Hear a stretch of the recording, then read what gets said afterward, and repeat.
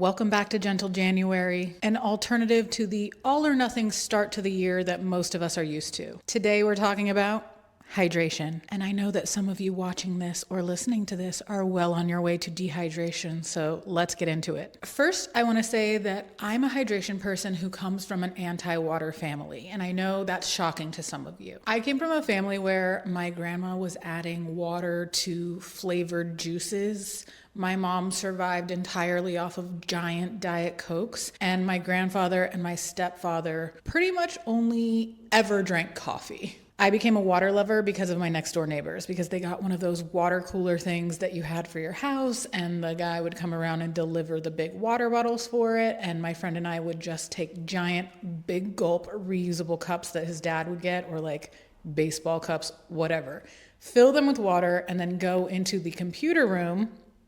You remember the computer room?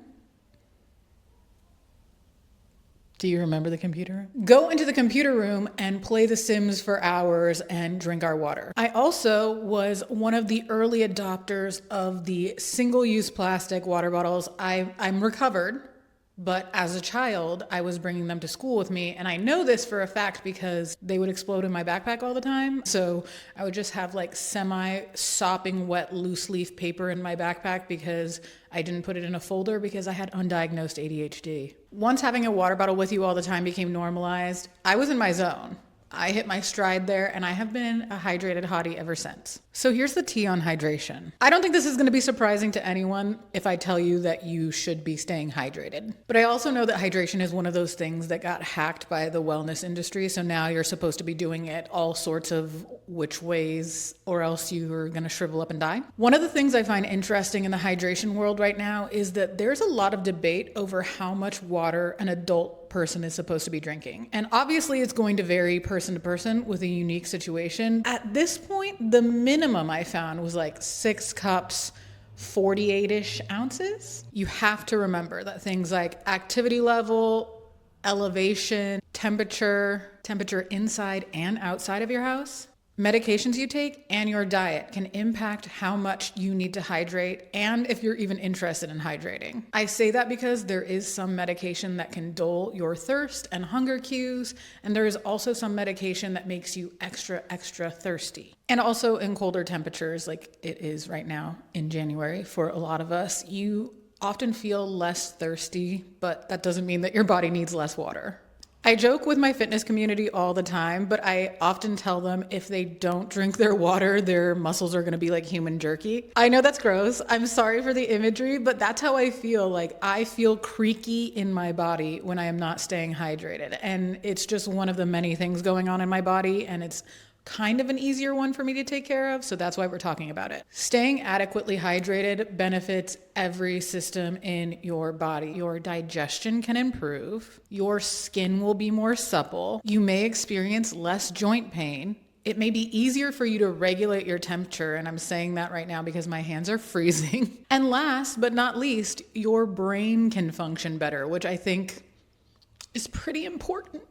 So what do we do? Lauren, I hate drinking water. I'm not a water drinker. Listen, I'm not shaming you. I have plenty of water haters in my life. Here are some hydration helpers because sometimes we have to lean in and make our lives a little bit easier, okay? Number 1, find a container you love. This is my container that I love. It has this little handle right here, which is very useful for me. It has a straw and this, and then it has a handle right here, and I put stickers on it. It also keeps my water at a great temperature, and I enjoy drinking out of it. I know we went through the Stanley Cup phase. I know we're kind of going through the Awala phase. Am I saying that right? Anyway, everybody's like, oh, I need to collect these water containers.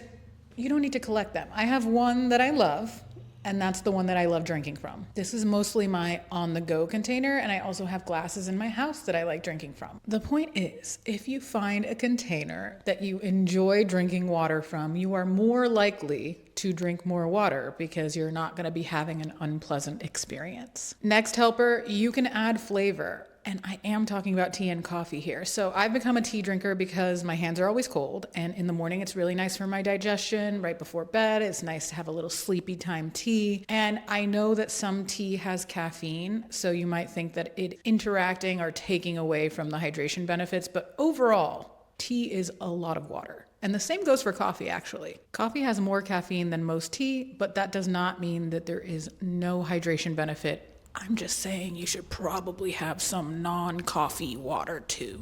And then things like liquid IV. I'm a big fan of liquid IV because it adds flavor. Electrolytes are amazing, particularly in the summer when you're sweating a lot, but a lot of us do not need a ton of electrolytes every single day, unless you have something like POTS that is making it harder to keep those electrolytes in your body and requiring more sodium and more balance there. Most of us don't need tons of electrolytes all day. If you're a professional athlete or if you're someone with POTS, please ignore me. When I'm using liquid IV, I typically do like a half packet because it adds flavor, it adds a little electrolytes, but I don't need that much to get the flavor, you know? Flavor is fine and it overall counts towards your hydration goals, so go for it. You can eat your hydration. That's right, folks. If you're eating more hydrating foods, it counts towards your hydration needs. What are some hydrating foods? Things like strawberries, melons, lettuce, tomatoes, peppers, fruits and vegetables that you can think of that have a lot of water content. That's going to go towards your hydration goals. And last, this is for at least one of you. At least one person listening to this or reading the blog is going to want to hear this. Sparkling water counts. If you are a bubble water babe, this is great news for you. If you're someone who really hates still water, you can drink bubble water and add that towards your hydration goals. And honestly, because this is Gentle January, the goal is to be hydrated enough, right? We're not trying to be overhydrated. We are not trying to drink an Olympic pool worth of water. We are trying to be hydrated enough. If you made it this far, this is your pit stop. This is your water sipping spot, okay? So grab your beverage of choice. I'm going with warm water. Yes, warm water. Okay? Ready? We're gonna take a couple sips. I hope you can't hear that. I might mute that.